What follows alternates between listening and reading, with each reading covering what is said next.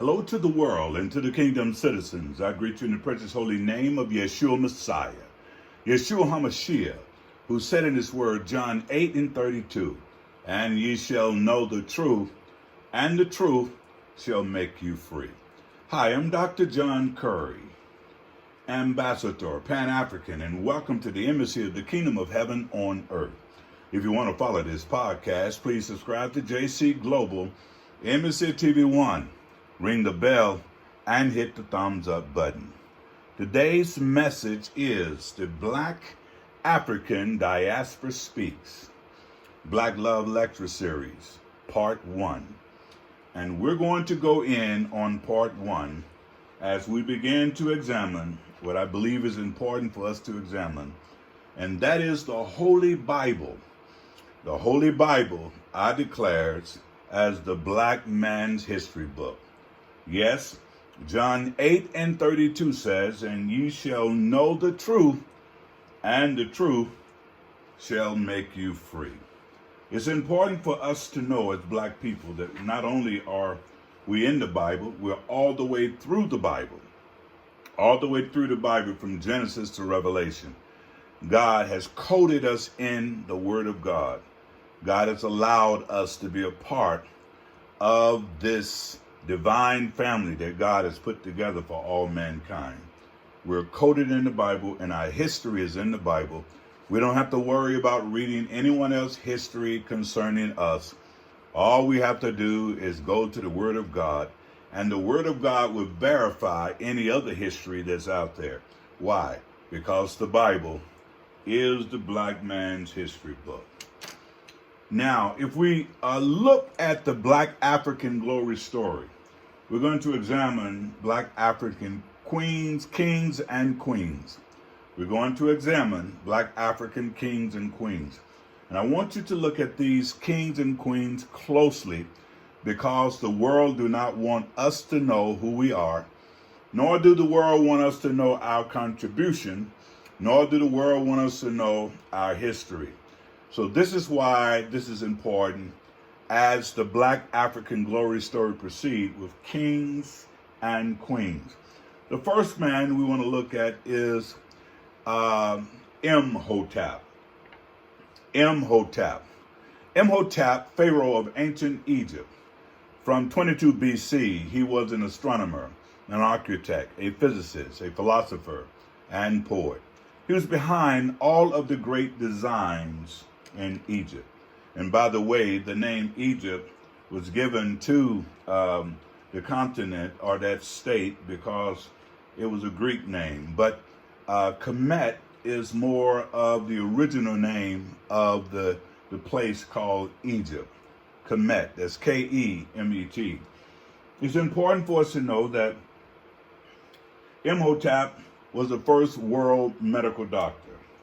He was the first physician in the world.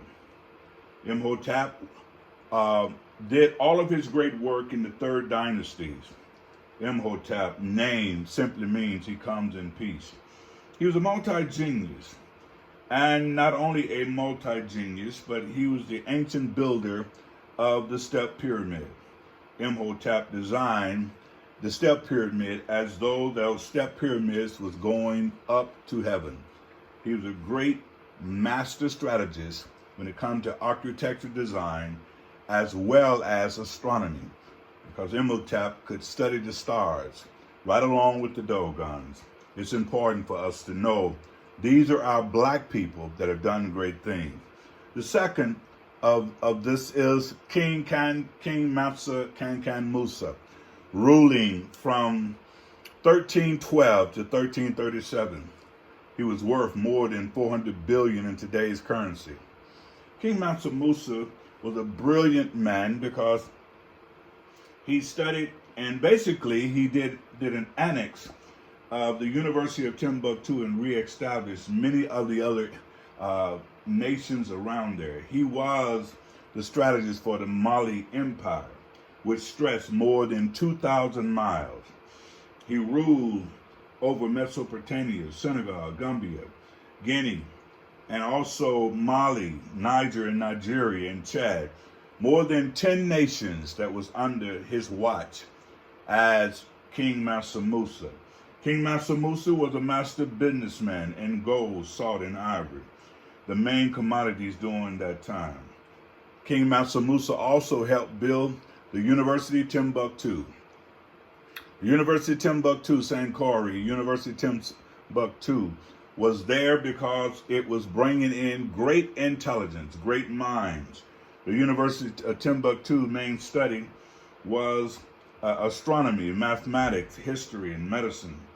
University of Timbuktu basically was built as a mosque, and from being as a mosque, it was converted into the University of Timbuktu, Sankore. University of Timbuktu had more than 100,000 students and 25,000 professors, and many came from all over the world, places like Rome and Greece, and people that came to study at the knee of the black professors at the University of Timbuktu. These were men like Plato, Hippocrates, Socrates, Euripides, and Aristophanes also studied at the University of Timbuktu. University of Timbuktu courses ran for more than 20 years. It wasn't like it is today where you go to 4 years and you get out and you got a degree.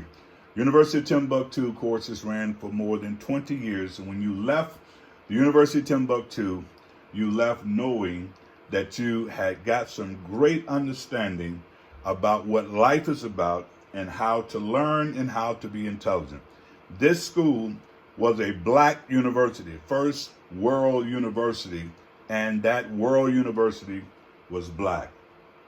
But people don't want to tell you about that because they want black folks to think that we made no contribution to society, when in fact we made great contributions to society. And what I'm giving you right now, this is just a mere snippet of some of the great history that black Africans have on the continent of Africa and throughout the diaspora as well as throughout the world.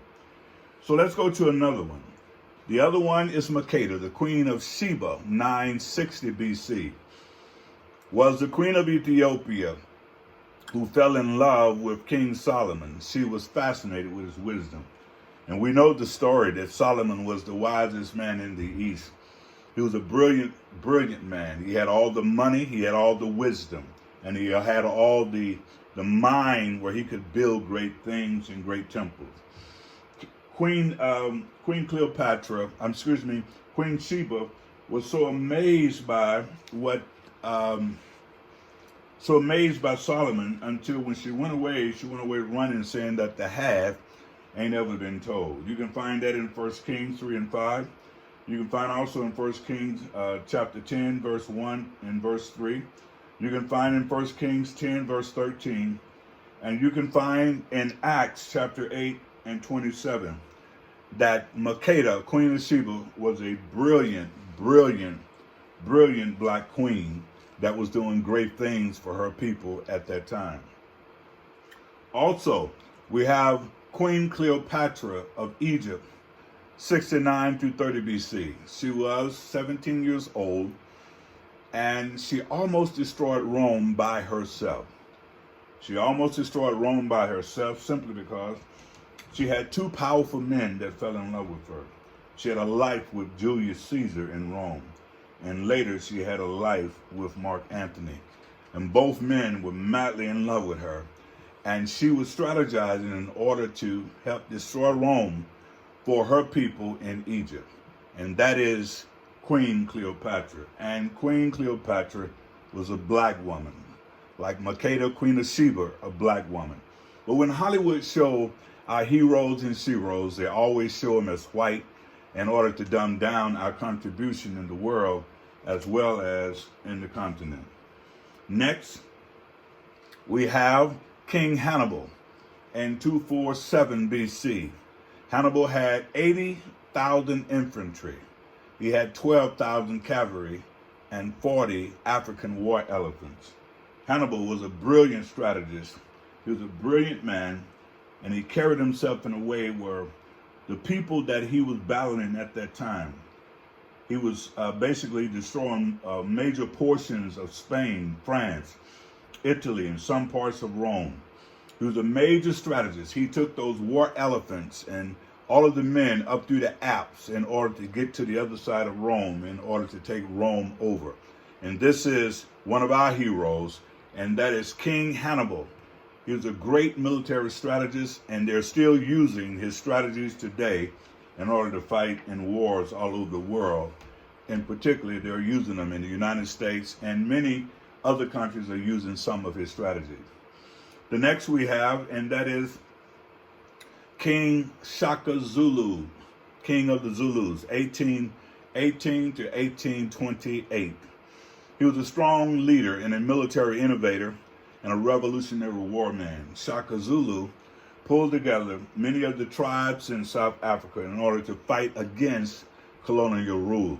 And many of his military strategies are still being practiced today. Shaka Zulu would have his whole army to build underground and lay underground, so when his enemy came around, they would rise up and destroy their enemies. That same practice was used in Haiti for Haiti to become the first republic, black republic in the world.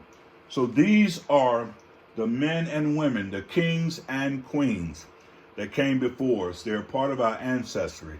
And these are these great military leaders, great, brilliant military strategists, as well as great intellectuals and businessmen. We have been blessed by them, but the world do not want us to know who they are.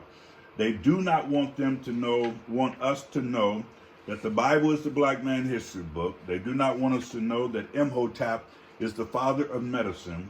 They do not want us to know that he designed pyramids. They do not want us to know about King Mansa Musa, who was a great, brilliant strategist concerning building and businesses. They do not want us to know that he's the one that helped supported and built the first University of Timbuktu. They do not want us to know about Makeda. They do not want us to know about Cleopatra. And definitely they do not want us to know about Hannibal. And yes, they do not want us to know about Shaka, King of the Zulus. I trust that you can believe this. I trust that you can receive it. And overall, do your own research and you'll come up with the same thing that I came up with. It's very important for us as black people to know where we came from so we can know where we're going.